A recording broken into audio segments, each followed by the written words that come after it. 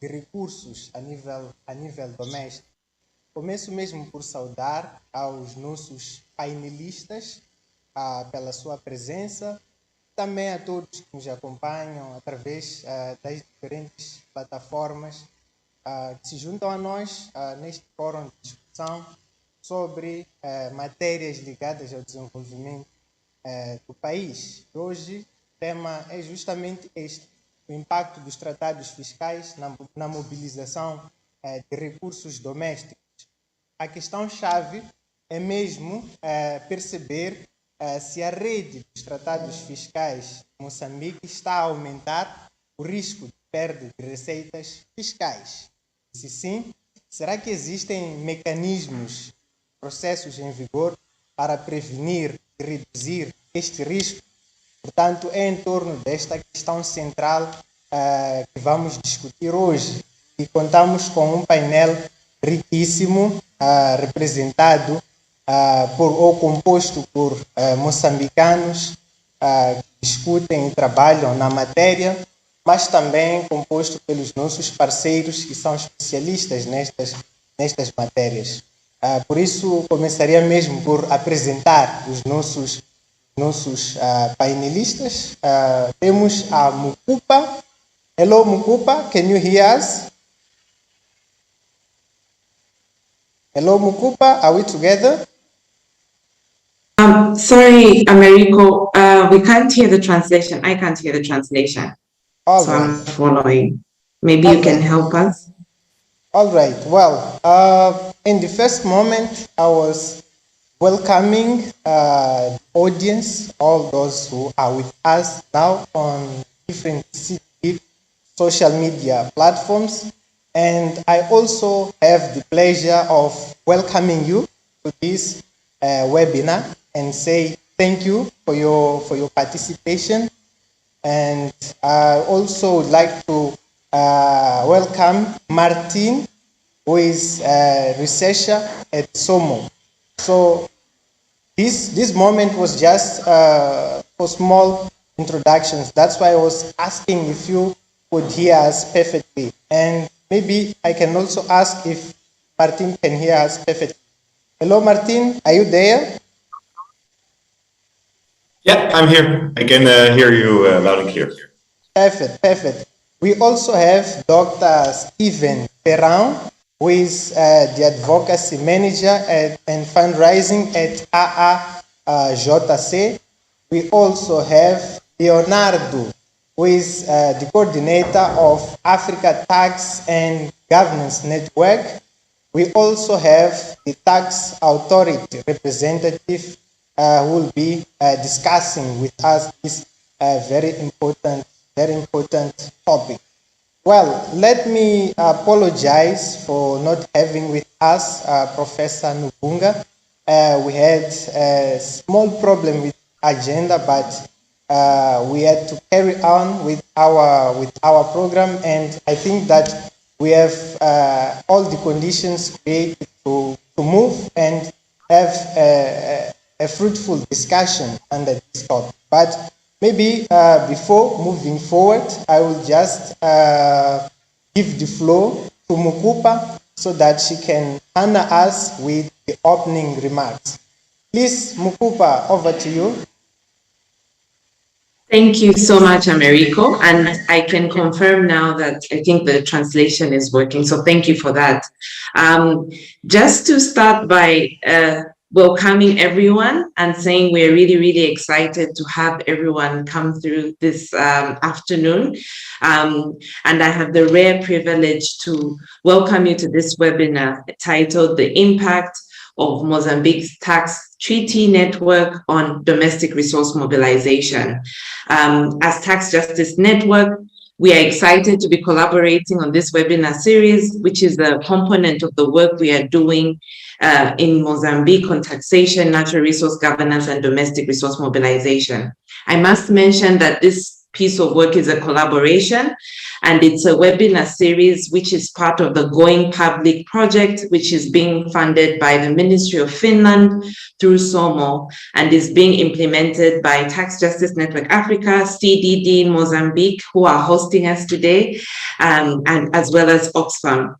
And really, the main objective of this project is to strengthen the ability of civil society organizations, as well as citizens, particularly a huge interest on women and youth, to influence and hold to account local, national, and regional decision makers in Mozambique to change policies and practices on revenue mobilization from the extractive industries to benefit citizens. As such, this webinar series has been organized with the objective to create a platform for discussion and debate on issues of taxation in Mozambique, as well as issues of tax transparency, accountability, natural resource governance, and their importance in domestic resource mobilization for Mozambique. Today, we have the second installment in the webinar series where we'll be focusing on the impact of tax treaties in Mozambique on domestic resource mobilization. We hope you find this session informative, and we hope also that you join us for the other episodes that we'll be hosting in future events. Once again, thank you for taking the time to be a part of this webinar, and I wish you all a fruitful engagement. And on behalf of the organization, organizations that are organizing this process, thank you again for joining us. Americo, over to you. For framing the context of this webinar, and it was well noted, and you said, you stressed that this is not the first webinar, this is the second of a series of webinars. That's why we thank everybody who is with us now, and we are sure that there will be other webinars, and we expect to count on each person's participation. So thank you very much for your opening remarks, dear Mukupa. Now we would like to invite Martin from SOMO so that he can bring an overview of the Mozambique's tax treaties, which is somehow the main topic of this discussion. So we expect to receive from Martin the main elements of discussion, and then we'll have the comments and reflections from our partners who are also in this webinar, so that we can move on. So Martin, over to you. Yeah, thanks a lot for introducing me and having me today. I'm really happy to be here. So as a short introduction, I'm a researcher for the Center for Research on Multinational Organizations, SOMO, based in the Netherlands. And as Mukupa already said, we're working together with TGNA, Tax Justice Network Africa, with Oxfam Novib, Oxfam from the Netherlands, Oxfam Mozambique, and also with, of course, CDD on the so-called Going Public project. And one of the main elements of this project is researching the domestic resource mobilization in Mozambique, also in relation to international investment, etc. And I think one very important pillar in that regard is our tax treaties. So that's, I think, also the main reason that we have the webinar today, and also the things that I will present today. I will just open my PowerPoints as well. Let me do that. Yeah, I hope everyone can see the PowerPoint. Make it a little bit bigger. Yeah. So the things that I will discuss today is also part of this research that we're doing. So also it's very good to remark already that we haven't finalized the study. So the things that I will present today, you could say to some extent are like preliminary results. But I think they already give like quite a good, good view, like how what the relation is with Mozambique, tax treaties, and international investment. In this presentation, I will, in the beginning, shortly give like a short overview of like tax treaties in general. Why would countries negotiate tax treaties in general? Just to give, maybe there are some participants that are not too well aware of like the reason that the countries negotiate tax treaties. So I will do that very briefly, and then the second part, I'll focus more on Mozambique in relation to tax treaties. And please, if people have questions, put them in the chat, write them. I'm sure there will be a moment that people can react. So we'll be happy to hear from all participants. So yeah, tax treaties, why do we study, or why are they important? Well, in here you see a graph of the development of tax treaties. And what you can really see that, especially like from the late 90s, beginning of this century, countries have increasingly negotiated tax treaties. There are currently about 3,000 tax treaties, and well, the majority of them, more than 99% of them, are bilateral, meaning between two states. And what we can also see in this graph that although initially tax treaties were more like negotiated between high income countries, I would say like the traditional industrialized countries from the OECD, that nowadays we really see that there are also a lot of tax treaties with lower income countries, between lower income countries, but also generally between low income countries and high income countries. So there are a lot of dynamics that play an important role here in the negotiating of tax treaties. And I think the main reason for the increase is like the increase international trade and investment. That's like one of the main reasons that countries are so willing to negotiate tax treaties. And I will discuss the reason thereof in a few minutes. So here you can see in this graph, it almost seems like a piece of art, but it isn't. It is an overview of all the tax treaties that have been negotiated by African countries. So you can see each line represents one tax treaty that you can also see for the African continent, and we'll come to Mozambique specifically in a moment, that they also have negotiated really a lot of tax treaties. So tax treaties are a very important part of international policy, also of African countries. So then why would countries negotiate a tax treaty? Well, I would say the main goal from theory at least is that a country would like to foster, would like to stimulate its international trade position, its international investment position.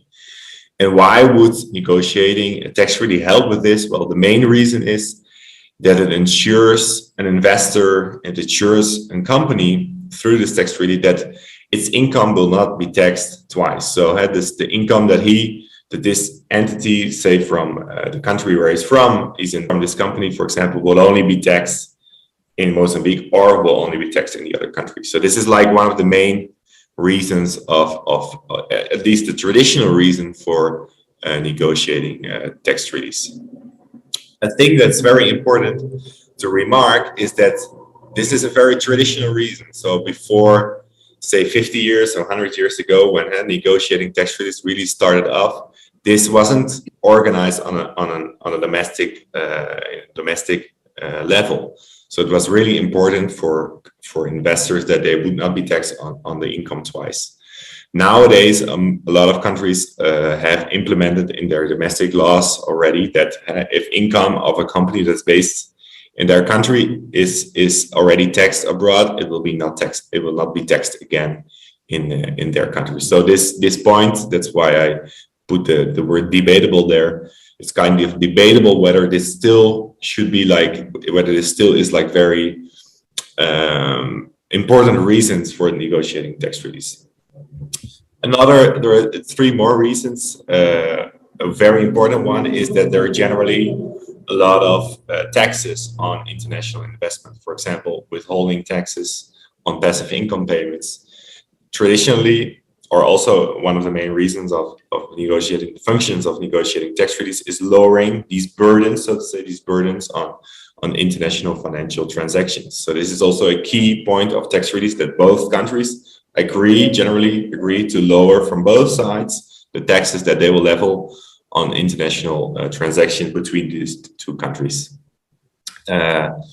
Third reason is the distribution of revenues on passive and active income. Of course, this is also very important, of course, for countries, the distributional effect of which countries, for example, is it the country where the company is from, or is it the country where the investment is going? Which of the two is actually allowed to tax, for example, the active income, the profits, or the passive income, say the interest payments, royalty payments, etc.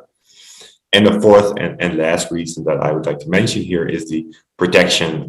This is also an argument you hear a lot from investors themselves, that they like to negotiate tax treaties or they like to make use of tax treaties because it also ensures them, for example, against expropriation of investments.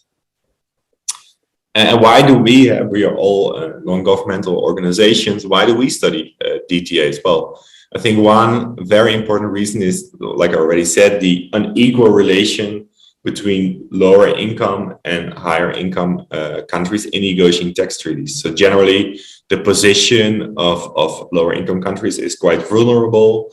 They don't have a lot of power on the negotiating table. They often don't have the human resources available for example, from the Ministry of Finance or for the tax authority really to dedicate a large team, so to say, in negotiating tax treaties. So they're in a very vulnerable position.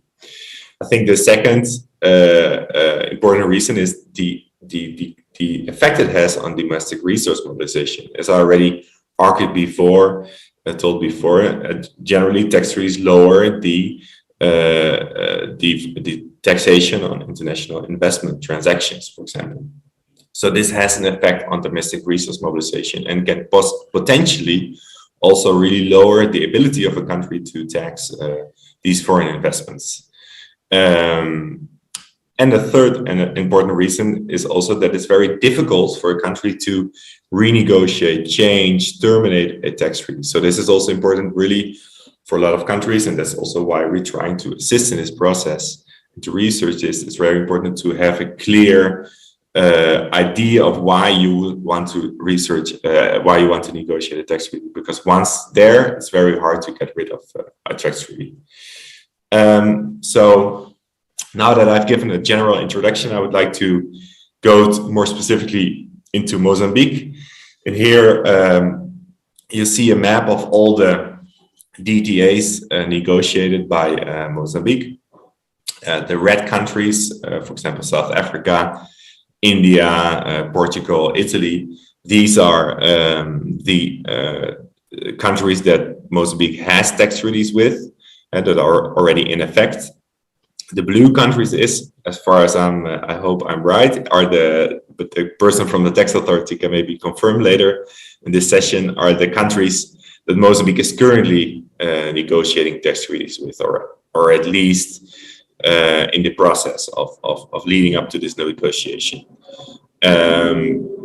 Already some preliminary, say, observations here. I think there are quite a few. For example, the tax treaties with Macau, Mauritius that are already in effect, the tax treaty with Seychelles that is currently negotiated. Of course, this is very debatable whether these tax treaties are really beneficial for Mozambique. Of course, we can expect not a lot of real companies that are actually from Mauritius that invest in Mozambique, or we are not expecting a lot of Mozambican investors and companies investing in Mauritius. What we know is that Mauritius is generally used as a hub, as a conduit country in order to invest in Africa, on the African continent, with the main reason of avoiding specific taxation. I think the same applies to UAE, United Arab Emirates. Although there are some companies from the UAE that invest in Mozambique and also the other way around, there is also a lot of risk involved that other countries, companies from other countries will use the UAE as a conduit to invest in Mozambique. But we'll come to this in a second. So here again are the DTAs that are currently in force. As you can see, most have been negotiated in the late 1990s and the first decennium of this century. And this already also gives us the idea that tax treaties are not there just for a few years. No, once you negotiate them, generally they will exist for decades. And the last tax treaty, that's also kind of interesting, is the one with India. So that has already been 12 years ago since the last tax treaty was negotiated. So here, this is maybe the most complicated slide that I will present today, so don't worry. So this is an overview, like more of the details. I would say the most important details of the tax treaties, and I think I would like to focus on two things. So the first thing is the taxes on passive income payments. So generally, a country levies a withholding tax on passive income payments nationally and internationally. So payments that either have a transaction in domestic regard or in an international regard. And these might be, for example, dividend payments, interest payments, royalty payments, technical services fees payments. So these are like the withholding taxes that generally a country levies. Like I said before, a tax treaty generally lowers these withholding taxes. Now, what we can see in the tax treaties of Mozambique is that for a lot of countries, for example, for the UAE, these are lowered to 0%. So Mozambique, through this treaty, really gives up a lot of taxation rights on passive income payments. Also, for example, in the tax treaty with Mauritius and South Africa, withholding tax on royalties and technical services fees is also really lowered to a large extent. A second thing that we'll see here, but I will come to that also later in the presentation, is there are almost no anti-abuse mechanisms implemented in the tax treaties. Why is it important? Well, the anti-abuse measure generally prevents a company to make use of this tax treaty when it's not based in one of the two countries. So it prevents the so-called treaty shopping through these tax treaties. And there are two very important things that I would like to mention why I think it might be very problematic for Mozambique to have a tax treaty with UAE and, for example, Mauritius that really lowers the withholding taxes. The one thing, and these are kind of theoretical, but I think very important to mention. The first thing is that, as I said before, through the tax treaty, both countries generally agree to lower the withholding tax rates on the investments going from one country to the other, and from the other country to, say, from country A to country B, and from country B to country A. The problem, however, is when it's not expected for the investments to be mutual. So if you only expect investments coming from country B to country A, say from UAE to Mozambique, and not so much from Mozambique to the UAE, it is, of course, in theory, both countries lower the withholding taxes on the investments, on the passive income payments related to the investments. But as you can already see, is that when there is no investment coming from country A to country B, a country can lower these through the tax treaty, but it has no effect on the actual collection of tax payments. So this is what you can see, for example, in between UAE and Mozambique, is that although both countries lower their withholding taxes through the tax treaty, it only has an effect on Mozambique because no investment is expected from Mozambique going to the UAE. So there's this like a very unequal effect of lowering the withholding taxes. A second observation, and this is even more important, is that a lot of countries, like I said before, a lot of countries levy withholding taxes, but a very key aspect of tax haven jurisdictions of conduit countries such as Mauritius, UAE, is that these countries do not even levy a withholding tax. So although, for example, in the absence of a tax treaty, Mozambique would levy a withholding tax on interest, dividend, royalties of, say, 20%, the other country, in the absence of a tax treaty, would not even lower, we don't even have or levy a withholding tax. So there is no withholding tax on, say, interest payments, royalty payments, or dividend payments in the UAE. So again, if these countries, UAE and Mozambique, agree to lower the withholding tax rate, in effect, in reality, it only has an effect on Mozambique, because without a tax treaty, the UAE would also not levy a withholding tax. So this is also a second very important characteristics why I think the tax treaty with UAE Mauritius are not, say, key to increase investment, and they only result in less domestic resource mobilization in Mozambique.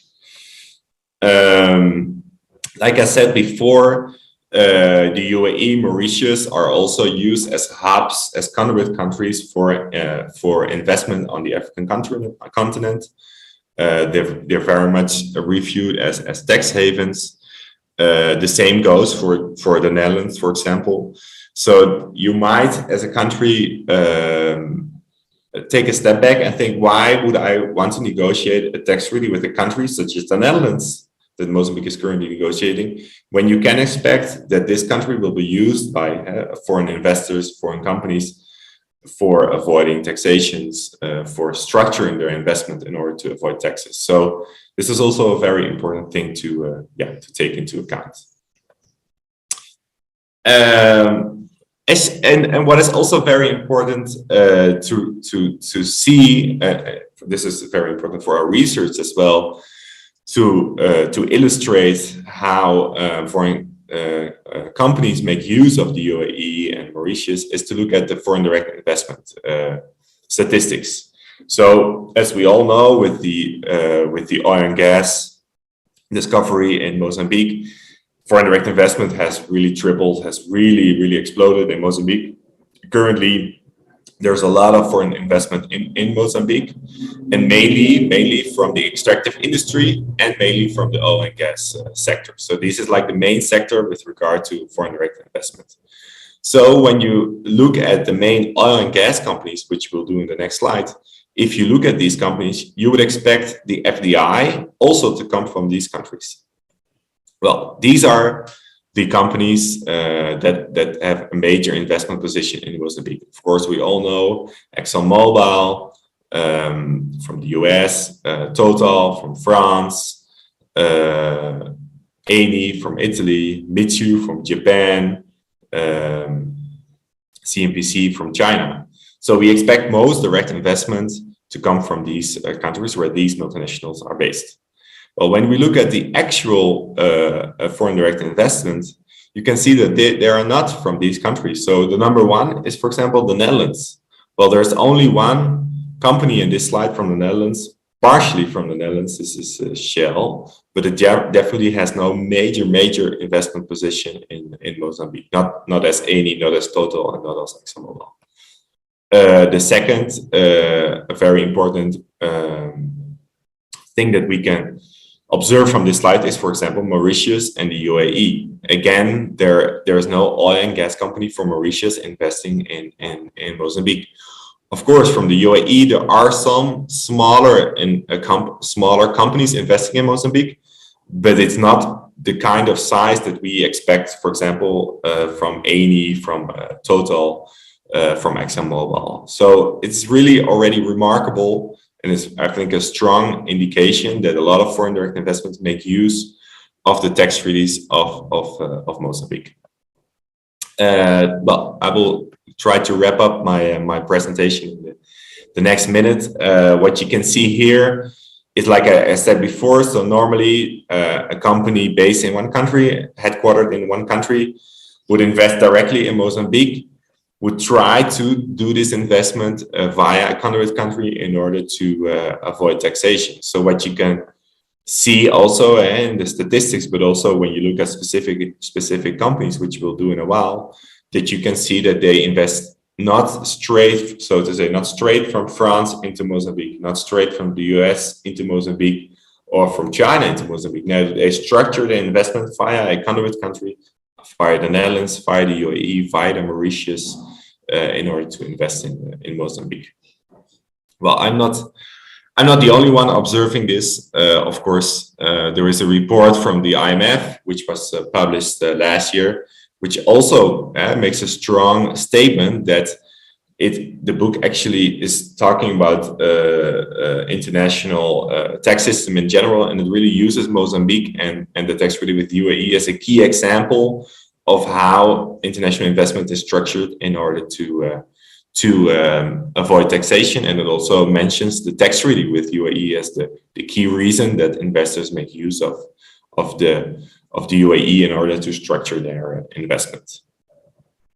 Then I would like to mention one example that we observed so far, where you can also actually see the structuring of this investment. This is the Coral South FLNG.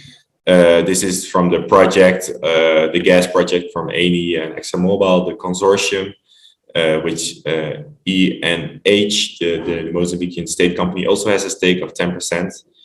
And what we observe is that the financing of this Mozambican investment is also structured via a vehicle, via an entity based in the United Arab Emirates. So although none of the companies in this consortium is actually from the UAE, still they use the UAE to structure the investment. And I would say a very strong hypothesis that will be the main reason thereof is the avoidance of withholding tax payments, for example, on interest payments that will go from Mozambique, or dividend payments that will go from Mozambique back to the countries where these gas and oil companies are from. So like I said before, this observation of so-called treaty shopping, making use of a tax treaty when the company is actually not based in the country where the tax treaty is from.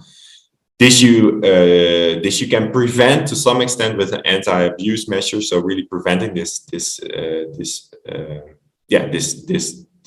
structuring of this investment, this treaty shopping.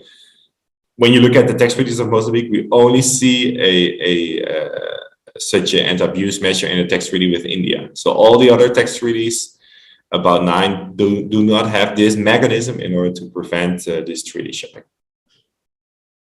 So in my last slide is more like to give. So now we've discussed a little bit like the problems, I would say, of Mozambique's treaty network, but of course it's really important what we can do about it. How can we change this? Renegotiating, and I think Leonard from Tax Justice Network Africa will also focus a little bit on this, like on the African continent, how other countries are also struggling with this. But I will focus on Mozambique. Renegotiating is very difficult because, for example, the UAE has no interest in renegotiating a tax treaty. For them, the tax treaty is kind of beneficial. So why would they renegotiate? Termination is also very critical. For a country, it has a lot of reputational risk. For example, saying from the one day to the other, I'm going to finish, I'm going to terminate my tax treaty, if it's possible. For some tax treaties, it's not possible, or it takes a few years. But although also if a country would do this, it takes a lot of risk, because a lot of investors say, this country, it's like changing its policy every day. It's not very predictable, etc. So this is also a problem. There are a lot of international frameworks, for example, the multilateral investment instruments from the OECD that try to update, that try to improve the tax treaties. They are not really catered towards low-income countries, but still this might be an interesting opportunity for Mozambique as well to improve its tax treaty. Maybe we can discuss this later.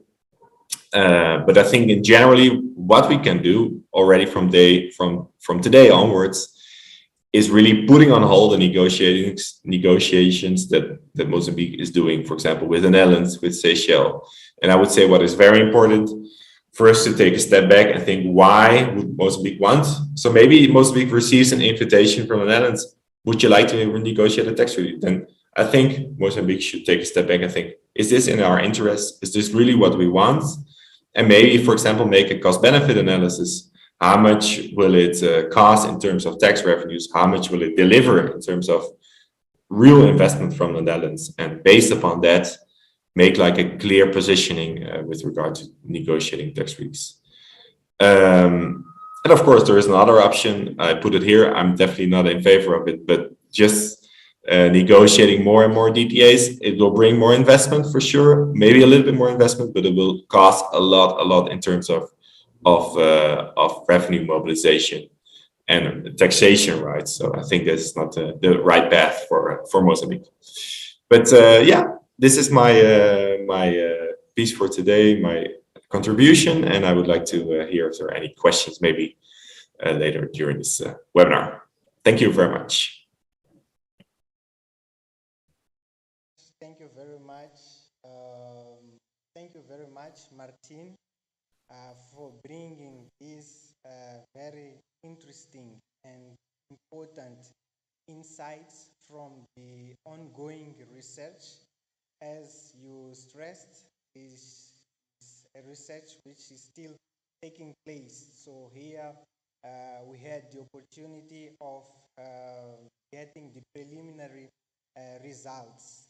And the preliminary results are very interesting, and I think that they have enough elements to instigate this conversation, to instigate this debate. From what I could note, Martin started from presenting the relevance of studying these agreements, and somehow makes us puts us in a position that we can understand the reasons or the logic behind these treaties. And one of the aspects that was highlighted that by Martin was the fact of having different negotiation positions.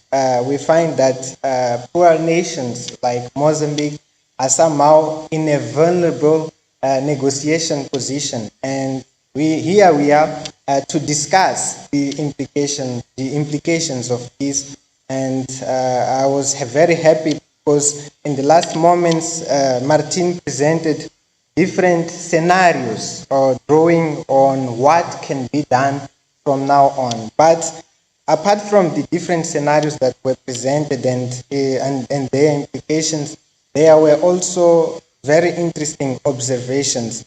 And one I could note here is that Mozambique gives up more taxation rights than treaty partners, for instance. So what are the implications of this? And we could also see that a huge part of foreign direct investments come from extractive industry, which is seen as the game changer for Mozambique. So which relation can we establish between these agreements and the expectations that are in terms of development based on the exploration of the natural resources? Well, I was just bringing some aspects that were very wisely presented by Martin, but we have our colleagues here, our experts, to help us decodificate different aspects that were brought here. And now I could go to Leonard from TGNA, our partner, so that we can go forward with discussion. Are we together, Leonard? Can you hear us? Yes, can you hear me? Perfectly. So the floor is all yours, please. Thank you. Allow me to share my screen briefly.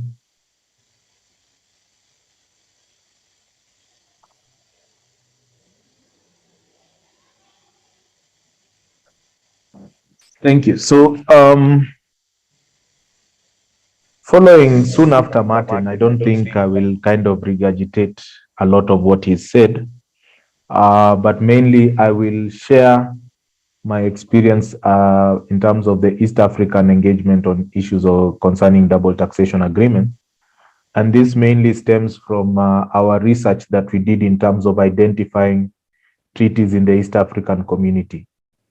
So first, just to introduce who we are, the East African Tax and Governance Network is a regional platform that works to champion tax justice for sustainable development in East Africa. We work to establish fair, transparent, accountable, and citizen-driven tax systems in the region. Essentially, what we are doing is working towards getting a strong civil society movement so that it can bring up civil citizen participation in questions of taxation for purposes of equitable policies and practices in tax policy and also in public finance management in general. We were founded in 2011, but we are hosted by the East African Tax and Governance Network as we continue our institutional building process. Now, in our case, we see the major problem being tax inequality. So in as much as that there is the question that we are trying to bring up domestic revenue mobilization, in this process, there is a lot of tax inequality, which is the manifestation of disparities in terms of how taxes are collected, how they are allocated, and how they are spent. And this also goes in terms of how they are, for instance, managed, but also in cases where there is some malfeasance or mismanagement, how the sanctions are applied. So these kinds of tax inequality, we seek to address it through tax justice actions so that we campaign, we research, and speak out about this manifestation so that there can be a change in policy. Now, one of the things that has happened over the course of time, sorry, just adjust this one moment, is that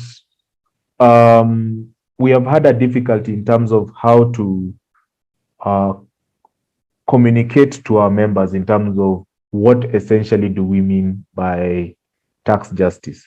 And so the way we have worked in terms of simplifying the meanings around the questions of taxation and the linkages within public finance management has been to rely on the basis of adopting a human rights-based approach to understanding the financial architecture at play or the public finance management processes that are in existence. Now, we go in terms of this, we rely on 5 main pillars. The first being that we advocate for participation in policy and decision making. The second being demanding accountability processes and systems. Third, insisting that we should have no non-discrimination in the application or implementation of activities within the public finance management system. That the public finance management system should work for empowerment, for social mobility of citizens.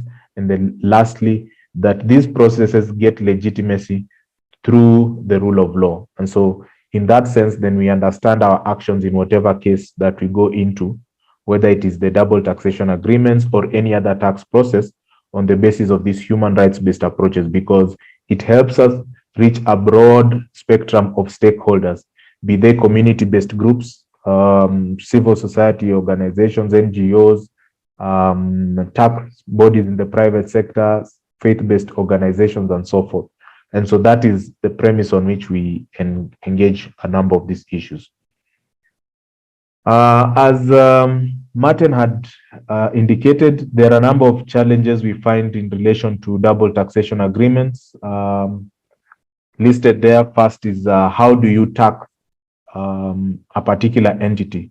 Do you tax it based on where it is registered or where it is actually carrying out the work? So when you talk of source, we are speaking about where the work actually happens. But when we speak of residence, do you tax it based on the fact that the company is based in another country or so forth? And so this is one of the things that double taxation agreements negotiate in terms of how you will determine the taxation for instance, the multinational company. Second problem is the question of treaty shopping, where now the multinational companies try to seek out the best advantage very aggressively to the detriment of many host countries.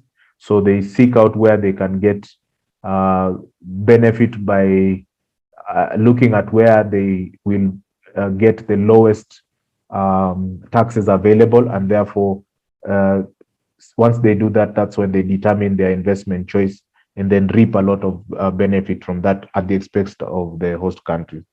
But there's also a third problem where, for instance, based on these kinds of agreements, you have citizens or individuals or entities that are based within a country. So let's say in this case, if we are talking about a Mozambican country, a Mozambican company that doesn't want to pay taxes based on it being registered in Mozambique, going maybe, for instance, in a country like Mauritius, registering there, coming back into Mozambique, claiming that it is a Mauritian company, and then reaping the benefits of a double taxation agreement. So we see this as a means by which government loses revenue, and this is a third problem.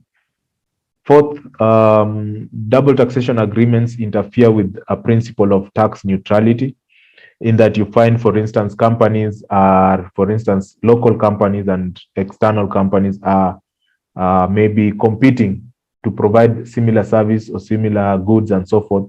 But because of the shifts in terms of the benefits that are afforded to a country that might get advantage from a double taxation agreement, then you might find that there are those disparities. In many instances, then local companies lose out because the multinational companies have that advantage of being taxed based on lower rates that are provided for in a double taxation agreement. And then lastly, there's the question of limitation of treaty benefits in terms of what are the thresholds set for a company to gain the benefits that are set within a double taxation agreement. Take, for instance, in terms of tax exemptions of some sort in relation to encouraging companies, for instance, to set up in a country like Mozambique or Kenya and so forth. What you see is that there are a number of thresholds that need to be met, and sometimes these double taxation agreements allow for these thresholds to be undercut, and therefore increasingly not benefiting the country, despite the hopes that they hope to attain with the double taxation agreement.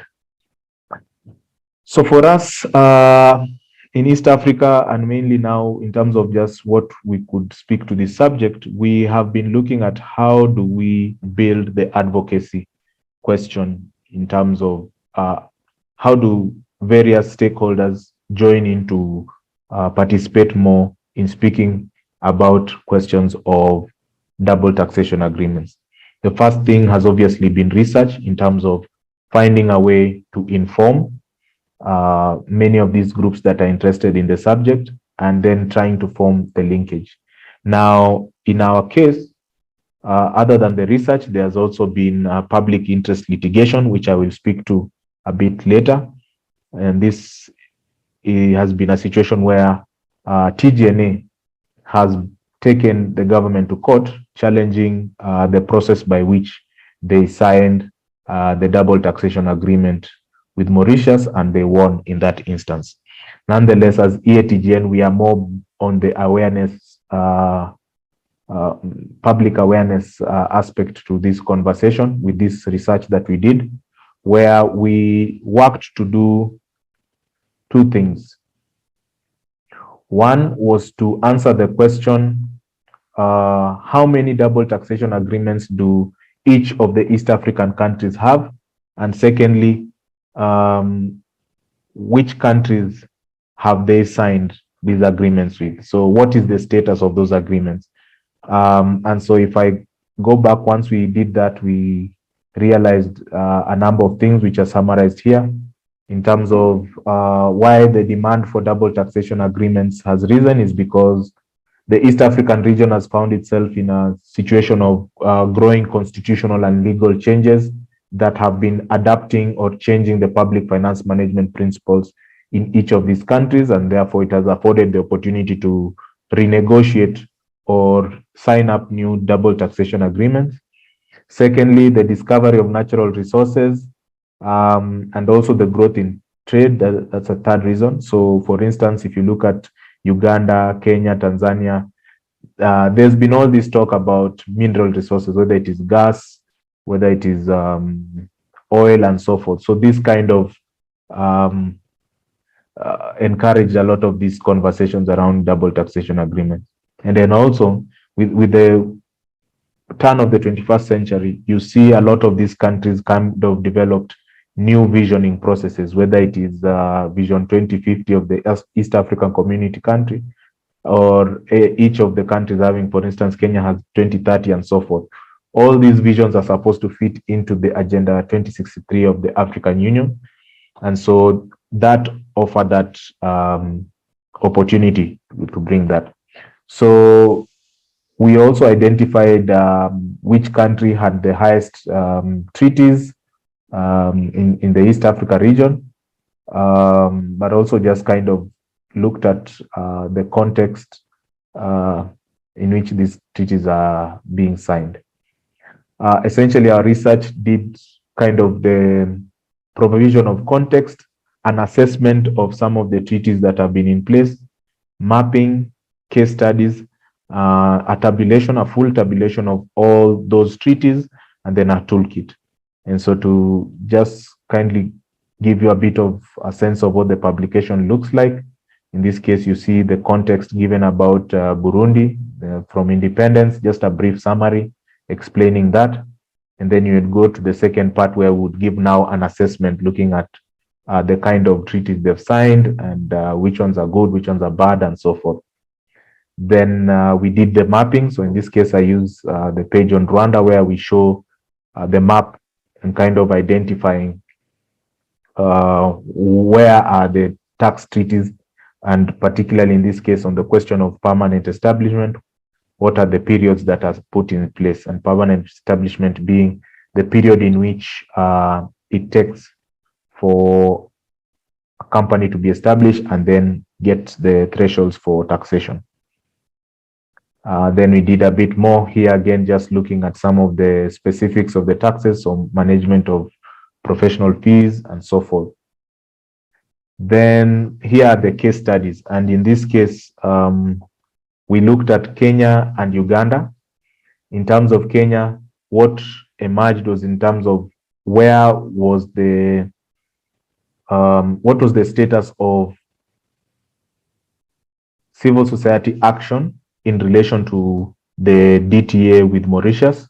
And so that case study kind of laid out what were the steps and what were the questions that were put forward in court and so forth. The case study in Uganda kind of highlighted the case in which Uganda changed its decision in relation to the Total oil pipeline. And so based on the conversation and the amounts of money they realized they would be losing, where, for instance, in this case, Uganda discovered the loss of $3 billion US, and so determined a change in that. And so, again, looking at some of the case studies in the region.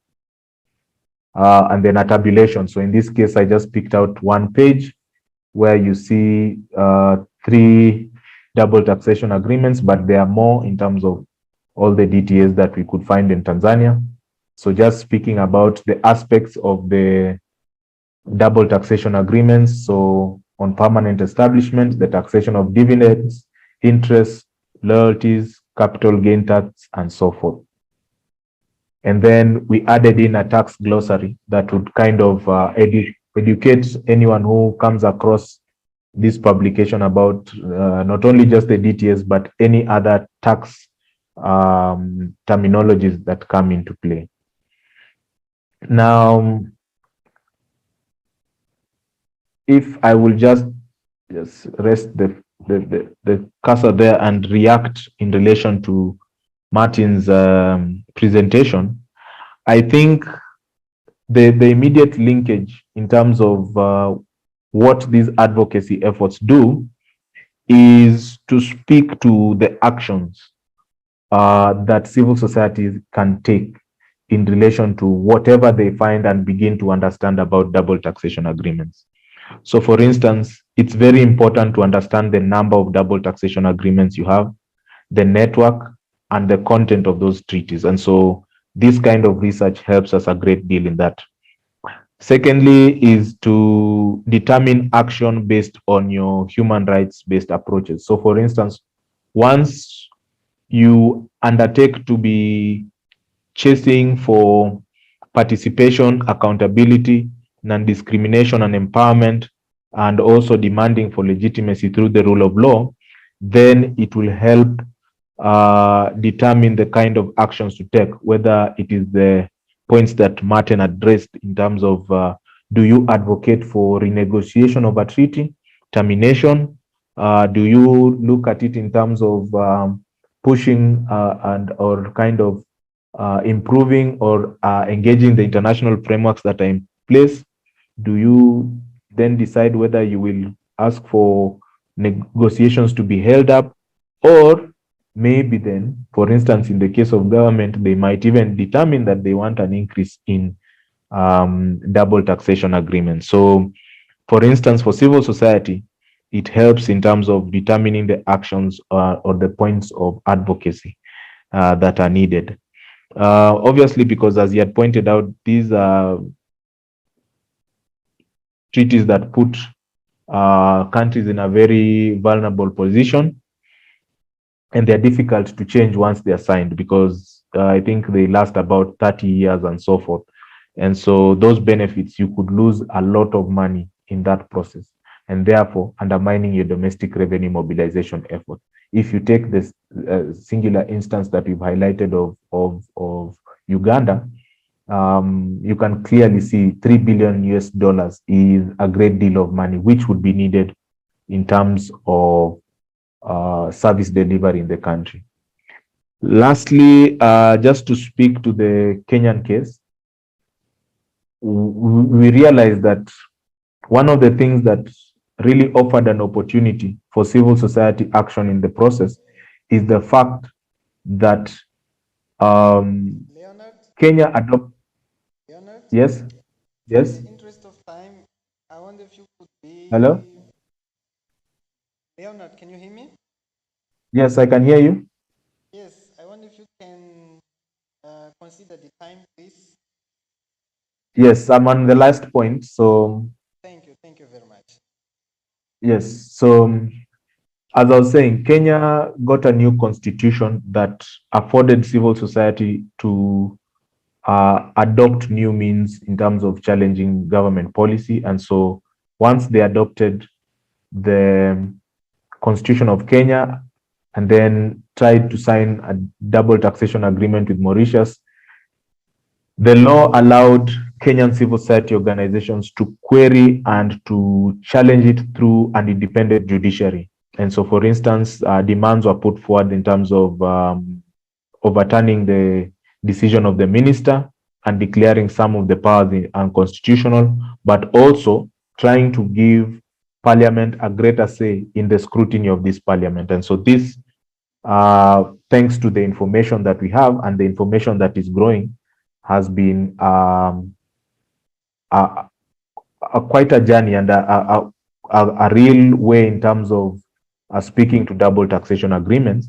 And so particularly in relation to the advocacy in this regard, we see that it's good to have that information on the networks and the numbers. I'll leave it at that and then maybe pick up a lot more of the questions later. Thank you very much. Thank you very much, Leonard, for linking your presentation to Martin's presentation. Thank you for bringing further insights on the topic and helping us understanding it through different case studies and highlighting of. And one aspect I think is key from what you have said is the need of participation, accountability, and rule of law.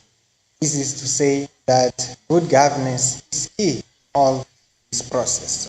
Thank you very much once again. Well, we have heard Mukupa, we have heard Martin, we have heard Leonard, and now it's time to listen to the voices from the ground. We have Dr. Stephen Ferrão from AAAJC, and we have Dr. Balango from the tax authorities. So I will invite now Dr. Stephen Ferrão. Dr. Stephen Ferrão, está conosco? Consegue nos ouvir?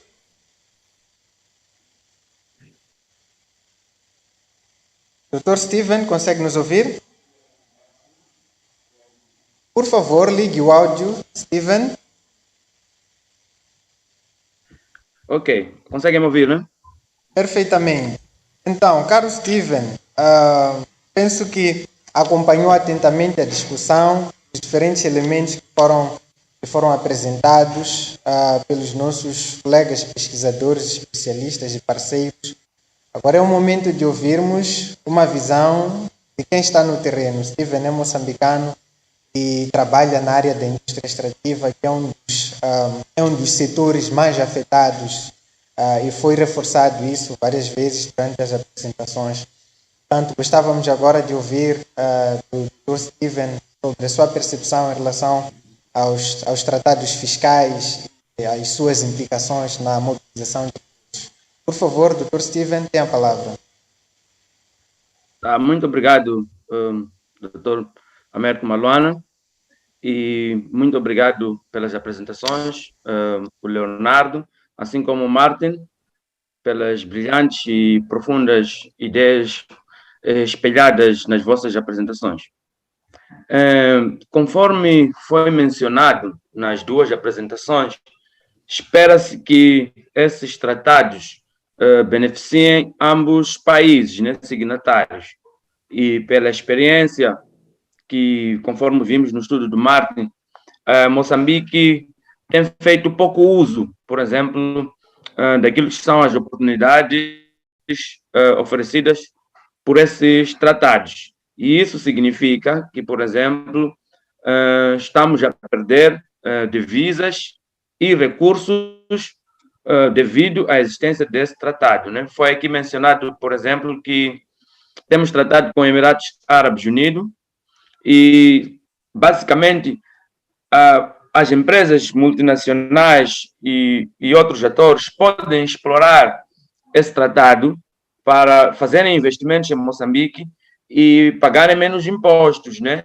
E isso é preocupante, conforme vimos no caso do projeto que foi apresentado lá, ligado ao Coral Sul, que tem a ver com oil and gas em Cabo Delgado, onde a empresa está baseada nos Emirados Árabes Unidos, e nós temos como nação, como sociedade civil, gostamos sempre de perceber efetivamente que implicações isso tem, porque às vezes podemos ficar com muita expectativa de que esses recursos vão alavancar o nosso desenvolvimento socioeconômico, mas por detrás desses tratados temos empecilhos, temos armadilhas que podem depois nos frustrar. E isso, aliado a esse aspecto negativo que os tratados têm, porque, conforme foi mencionado, os tratados também têm vantagens, né? Desde o momento que os Estados signatários tenham uma boa capacidade de negociação entre si no processo e que os seus cidadãos façam também o uso dos mesmos. Isso significa que, conforme foi apresentado, se os tratados levam a uma situação de redução dos impostos, mas nós assistimos onde cidadãos de um determinado país ou empresas de um determinado país podem fazer o uso desse tratado, pagando menos impostos cá em Moçambique, e em contrapartida nós, como moçambicanos, não ganhamos nada porque não fazemos grandes investimentos fora do nosso país, né? No globo, conforme foi mencionado aqui, que um dos desafios para o sucesso desses tratados tem a ver também com aquilo que é a capacidade financeira de cada Estado. E tratados entre Estados fracos e Estados muito desenvolvidos, por vezes, podemos perder a oportunidade de reivindicar ou colocar na mesa aquilo que são os nossos reais interesses. Iria aprofundar ainda mais a minha intervenção com um facto que foi muito mencionado aqui, que tem a ver com Maurícias e, por exemplo, falou-se também da Netherlands, nesse caso a Holanda, que são países que Moçambique já tem tratado com a Maurícia, mas também está a negociar com a Holanda, no sentido de ter esses acordos bilaterais. Mas foi aqui mencionado que é um perigo fazer essas alianças com países que são tax haven, né? Como foi mencionado, que quer dizer paraísos fiscais. Essa situação é problemática porque por que optar em trabalhar com países que são paraísos fiscais? Isso é interesse de quem, né? E ao benefício da prestação de conta e transparência, é importante, conforme foi mencionado pelo Leonardo, que a sociedade civil, que os cidadãos nacionais e, entre outros atores, tenham também a oportunidade de dar o seu contributo no processo de elaboração ou adesão a esses tratados, porque, no fim, quem vai pagar somos todos nós, mas e por isso não advocamos que o governo ou o Estado moçambicano ande assinando acordos com vários países sem nós sabermos quais serão os reais benefícios desses acordos para a mobilização de recursos para a economia nacional, que é isso que nos interessa, mobilizar recursos para a nossa economia nacional para que se possam financiar aquilo que são as nossas aspirações, os nossos problemas em termos de falta de acesso a serviços, etc, etc. Então, é preocupante saber que há uma tendência de tentarmos fazer mais acordos com países que são paraísos fiscais, pois não sabemos quais são as reais motivações e intenções por detrás desses movimentos. Então, aqui é de congratular a iniciativa do CDD e dos seus parceiros, quer nacionais ou a nível internacionais, no sentido de trazer isso ao debate. E conforme foi mencionado pelo Leonardo, é preciso capacitar as pessoas, os cidadãos, a sociedade civil, para que eles possam ter conhecimento, para que possam comentar e discutir assuntos dessa natureza, por exemplo. É necessário que o nosso parlamento, os nossos parlamentares estejam engajados no processo, que não seja apenas assuntos sob a alçada do governo, né? É preciso dar voz também aos parlamentares, entre outros atores que têm importância na cadeia de tomada de decisão neste país, né? Então, para não me alongar muito, ia só dizer que nós já temos trabalhado com o CDD, assim como a questão, o movimento que tem a ver com a justiça nos impostos a nível de África, que estão baseados no Quênia, que vem aqui nesse programa, e que para nós é de congratular que haja esse contínuo engajamento no sentido de se partilhar experiência, trocar conhecimento e que, mais do que trocarmos essas experiências e conhecimento, é preciso usarmos, é preciso gerar ações concretas de advocacia, porque conforme disse aqui o Américo, nós estamos a representar organizações da sociedade civil que trabalham com as comunidades. As comunidades não sabem que Moçambique tem acordo com Portugal e que benefícios isso tem. As comunidades não sabem que o país pretende aderir, fazer mais acordos com países que são paraísos fiscais, colocando em risco aquilo que são as oportunidades de uma gestão mais transparente, porque nós sabemos que as empresas que operam no setor de petróleo, gás, assim como mineração, elas, ao nível mundial, têm se aproveitado dos paraísos fiscais, que inclusive poderão aproveitar esses tratados para sonegarem o imposto, para pagarem menos. E cabe a nós, como Estado, nós, como sociedade civil, como atores que estão preocupados com o desenvolvimento do país, sermos mais ativos nisso e que, após essas discussões, a gente possa dar o follow-up com ações concretas de como levar isso mais à base, criando um campo de discussão mais alargado, envolvendo outros atores cá ao nível nacional e contando, como sempre, com o apoio de nossos parceiros internacionais, como o Martin, o Leonardo, entre outros. E ia parar por aqui neste momento.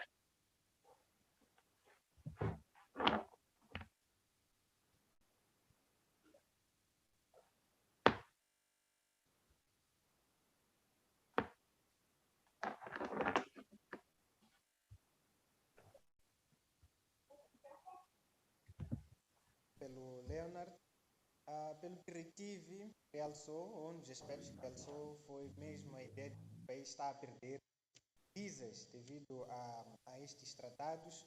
Realçou igualmente o risco de esses tratados serem feitos, em alguns casos, com países que são paraísos fiscais, o que levanta sérias implicações, sobretudo se olharmos para questões ligadas à transparência, à prestação de contas, que são elementos fundamentais na estruturação desses acordos, de modo a que eles possam servir para trazer benefícios mais amplos a todos os segmentos da sociedade. E é justamente isso que se espera, e essa discussão, mesmo para permitir que a tributação seja um mecanismo de promoção do desenvolvimento, não não conduz o país a uma situação de perda de recursos devido aos diferentes fatores que estão aqui a ser muito bem apresentados. Mas temos aqui representada a autoridade tributária, que é uma autoridade nestas matérias, por isso não é por acaso que o doutor Aníbal, da autoridade tributária, está por último, é justamente para ouvirmos já numa perspectiva institucional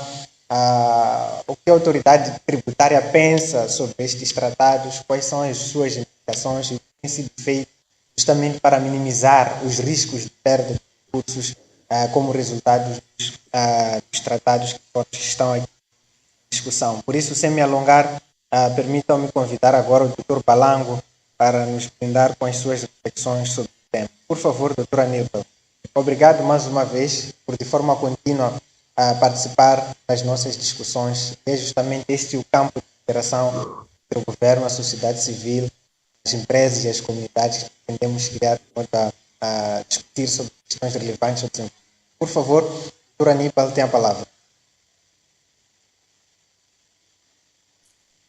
Bom dia, boa tarde. Quero agradecer ao CDD por mais uma vez nos convidar para conversarmos sobre temas que têm a ver com a tributação.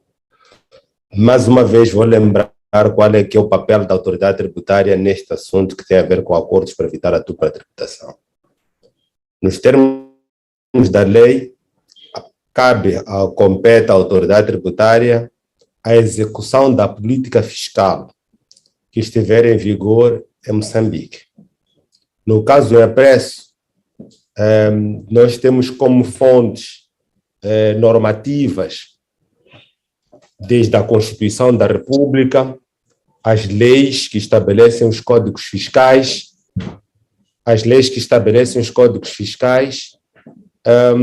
assim como as convenções internacionais que estiverem a vigorar, portanto, que estiverem sido ratificadas e que estão a serem implementadas.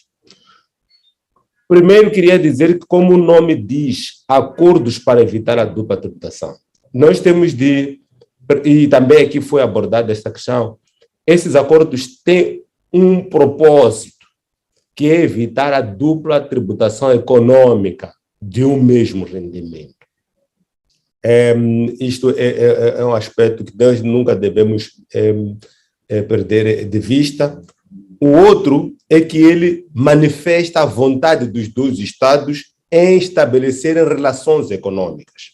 Portanto, dois Estados concordam com termos através dos quais irão partilhar a tributação, de modo a evitar a dupla tributação. Portanto, quando se celebra um acordo para evitar a dupla tributação, um dos elementos essenciais que deve ser observado é que não se pode, um dos Estados não pode, por hipótese, tributar um rendimento que o outro país não tribute, porque a partir daí, a priori, estaríamos perante uma situação de desequilíbrio para os cidadãos desses países. Então, os países, ao estabelecerem esses acordos, também têm outras necessidades, que é de estreitar as relações comerciais, mas, acima de tudo, controlarem os contribuintes que são comuns.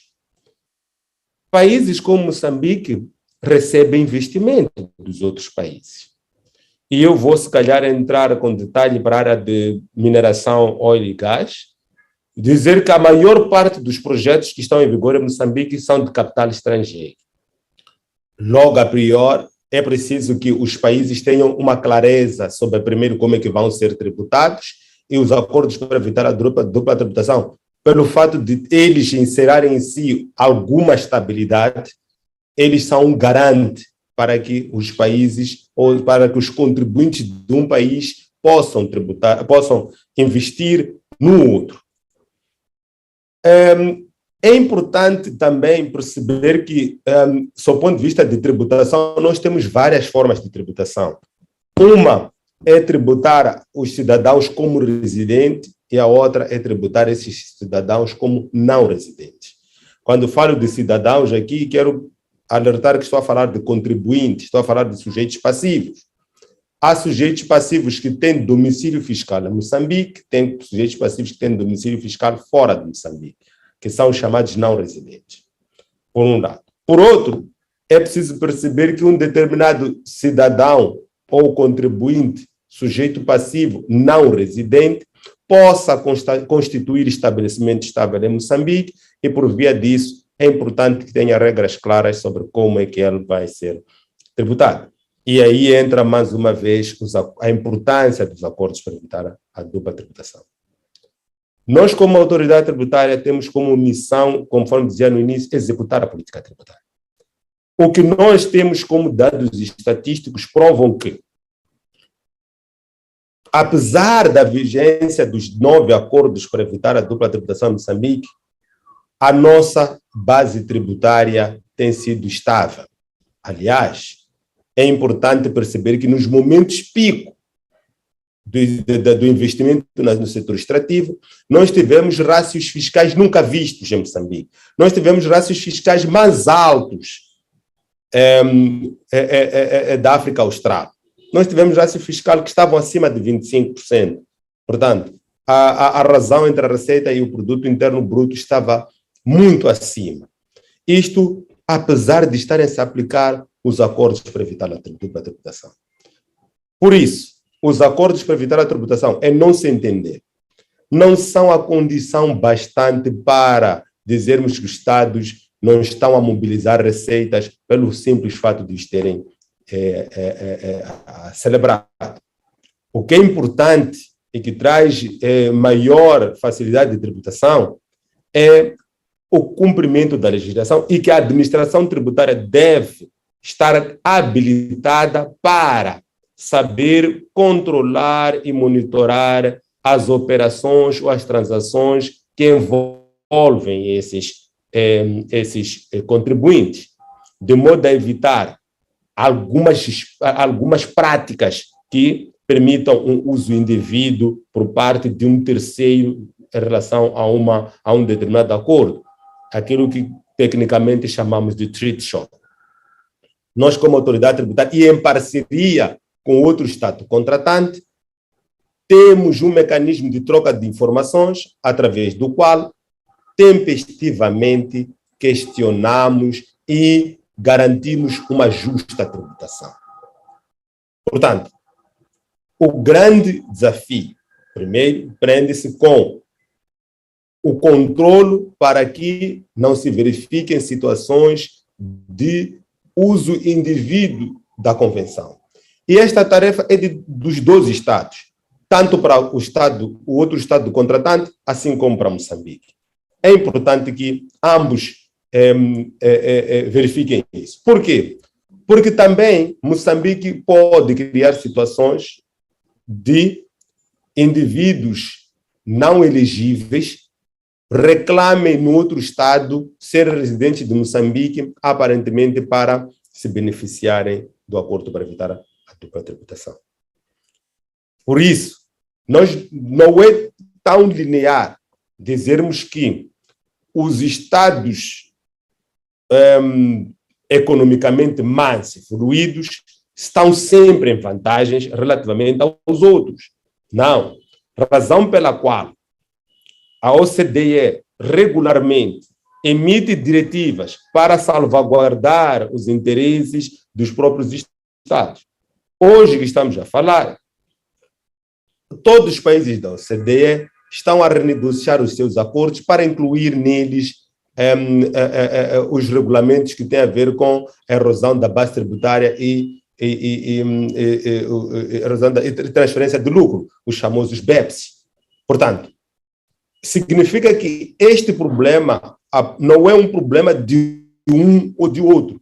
Todos devem permanentemente atualizar os seus acordos para evitar a dupla tributação, de modo a garantir que eles estejam consentâneos com o momento da aplicação. Outro sim, há novos rendimentos que podem serem colocados à disposição dos contribuintes.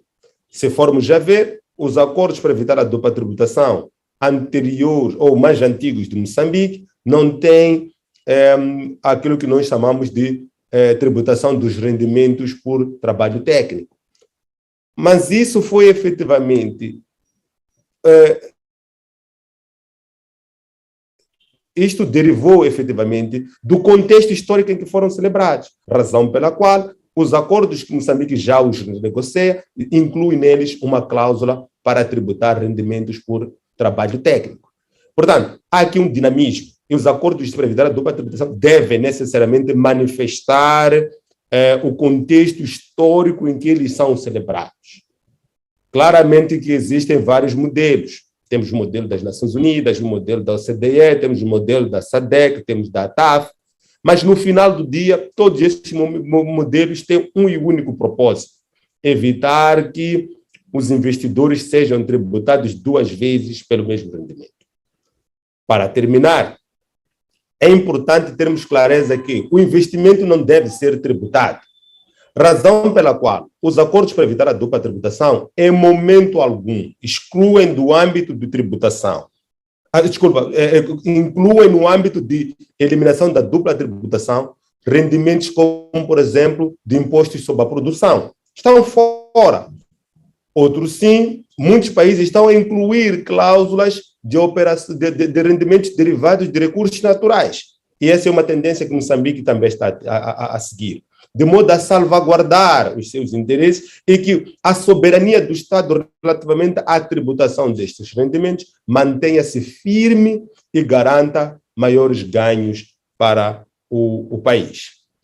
Isto para não dizer também dos tais artigos que falam de rendimentos offshores, etc, etc. Para efetivamente terminar, nós como autoridade tributária estamos permanentemente, mas digo permanentemente, atentos às dinâmicas que os acordos para evitar a dupla tributação conseguem, razão pela qual temos uma equipa ao nível da autoridade tributária para acompanhar assuntos ligados à dupla tributação, onde são sistematizadas todas as informações, toda a despesa fiscal, quais são os ganhos, quais são as aparentes perdas, onde é que há aparentemente uso indevido de um determinado acordo, etc, etc, e definir uma linha de orientação no sentido de propor a quem de direito que pode se renegociar este ou aquele acordo e também, relativamente à provável celebração de novos acordos, dizermos qual deve ser a linha que deve ser seguida de modo a minimizar aquilo que nós chamamos de treat short, ou seja, o uso abusivo dos acordos para evitar a dupla tributação. Porque tenhamos clareza, caros companheiros, caros participantes desse evento, se nós celebrarmos acordos para evitar a dupla tributação, a priori estamos disponíveis para ceder parte dos nossos rendimentos, parte das nossas receitas fiscais, em troca de maior fluidez nos investimentos, que eventualmente, sem esses acordos para evitar a dupla tributação, não os teríamos, por um lado. Por outro, e não menos importante, é preciso garantir que os investimentos, quando fluam em Moçambique, não sejam mais onerosos. Portanto, a tributação sobre o investimento não deve, ao tributarmos ou qualquer tipo de operação que façamos sobre o investimento, devemos ter sempre a clareza de que nós estaremos a onerar ou a criar encargos sobre o investimento e tornar o nosso país num país de que não é concorrencial relativamente aos outros. Há uma máxima que costuma-se dizer: não somos os únicos com os recursos, é preciso continuarmos com políticas consentâneas para que possamos atrair o investimento. Muito obrigado.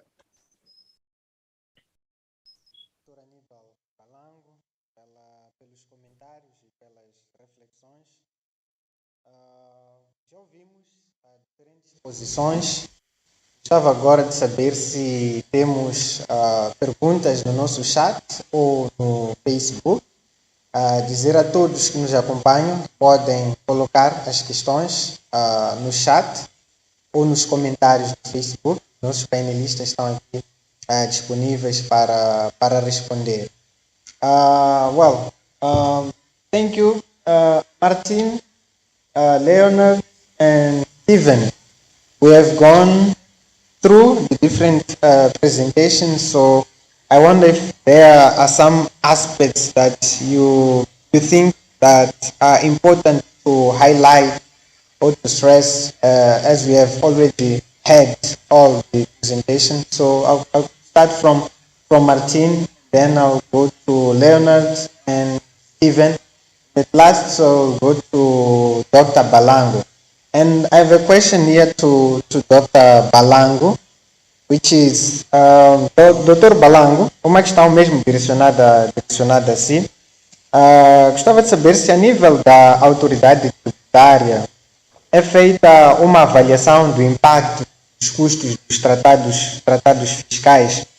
Se sim, será que existe uma estimativa da receita perdida através destes tratados? Não sei se terá conseguido anotar a questão, Dr. Balango. Anotei o Perfeito. impacto dos ADTs. Exatamente. E na mesma senda, gostava de saber se existem acordos que carecem de revisão justamente para proteger os direitos fiscais do país e combater a fuga ao fisco. Se sim, quais são as ações nesse sentido? Se não existem ou se existem. A resposta à primeira questão vai dar a resposta à segunda questão. Portanto, a princípio tenho essas duas questões para o Dr. Balango e me parece que não temos questões no chat, mas poderemos eventualmente habilitar os nossos participantes a levantar a mão. Dear participants, if you have a question or a comment, you may raise your hand.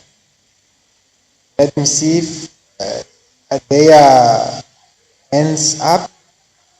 Well, I think we haven't any questions so far. So I could hand it over to you, Martin. Last aspects to remark or to highlight, please. Yeah. Thanks. Thanks for the interesting presentations, also from Leonard and from the tax authority. Yeah, one thing that comes to my mind is, as I mentioned also in my presentation, is of course the double taxation. So, as the person from the Revenue Authority already said, this is like one of the key reasons why countries negotiate a tax treaty. I agree and I disagree. I agree that from a theoretical perspective, this is indeed something that tax treaties do. They really regulate that income isn't taxed twice in two jurisdictions. The thing is that most countries already, like on a unilateral basis in their domestic tax legislation, already account for this. So many countries, for example, give a tax credit once when there is an investor and it has already paid taxes abroad. So I think there is no need, especially not today's with these like changes in domestic tax regulations, to implement tax treaties for this reasons. I think one very key thing, and that I missed a little bit in the presentation from the tax authority, is that I was not so much focusing on tax treaties as regard like bilateral trade between Mozambique and UAE, Mozambique and Mauritius, Mozambique and Macau, for example. I was stressing very much that investors that are not based in these countries make use of these hubs, of these conduits, in order to invest in Mozambique. So I would say, for me, this is like the most problematic aspect of the tax treaty network of Mozambique. Not so much the bilateral economic relation between UAE, Mauritius, Macau, and Mozambique, but the use of foreign investors. And as an example, in my presentation, I gave the NE ExxonMobil consortium with regard to Coral FLNG. But I know from the research that we're doing that the Total consortium is actually doing the same. So they are also financing their investment in Mozambique through the UAE. And I think this is like one of the key reasons that although gas and oil will definitely bring like some economic growth to Mozambique, most probably with regard to tax revenues, it is losing out a lot. So yeah, thanks for giving me the floor. Thank you very much. Thank you very much, Martin. We also have Mukupa. I wonder if Mukupa has comments on what has been presented? Cooper, any comment? Well, we also have Leonard. Leonard, please, the floor is all yours.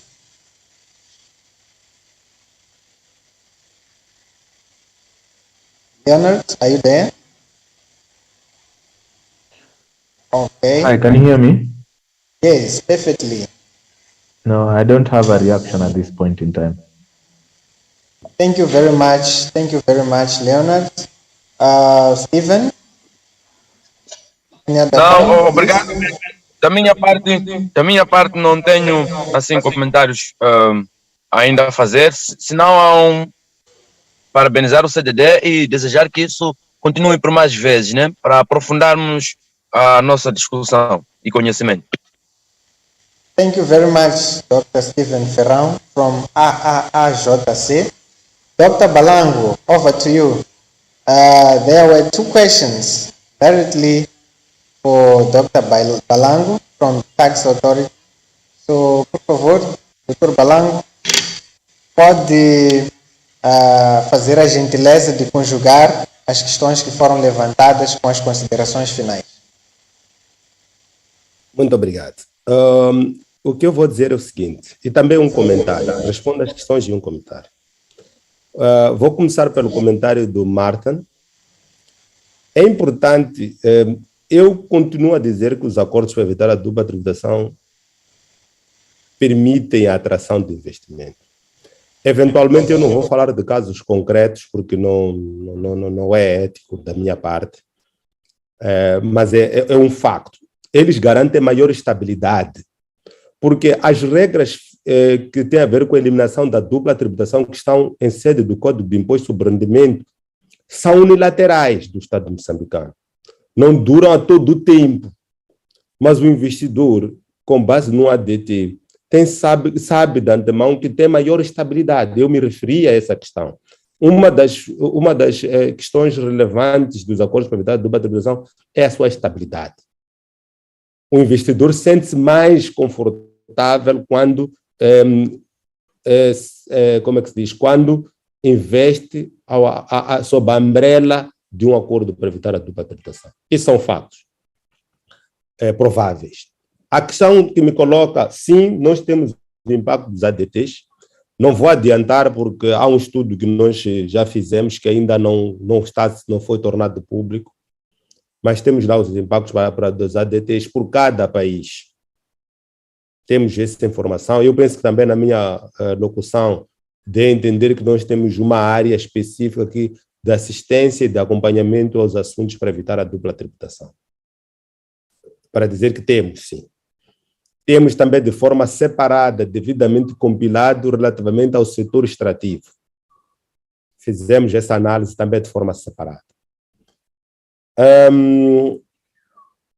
Moçambique está a renegociar os seus acordos para evitar a dupla tributação, sim, com todos os países, sim, para incluir neles as cláusulas das novas tendências universais e principalmente no que diz respeito aos BEPS, a questão da erosão da base tributária e de pré-transferências. Portanto, estamos atentos para isso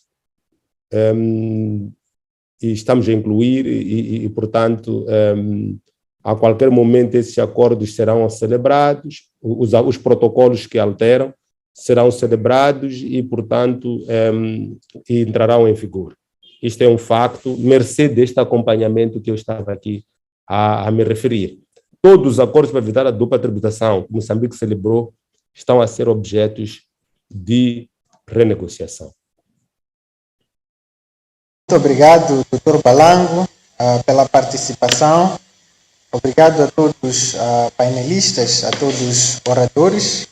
Thank you very much, Martin. Thank you very much, Mukupa. Thank you very much, Leonard and Stephen. Well, this was the second of a series of webinars. So CDD wants to thank all the partners for joining us in this process, in this discussion, aiming to promote a dialogue that brings development and reforms where it is necessary so that all the resources come and help improving our taxation base. So thank you once again, and we expect to be you in the next webinar, and we'll properly announce it, and we trust to count on your participation. Thank you very much.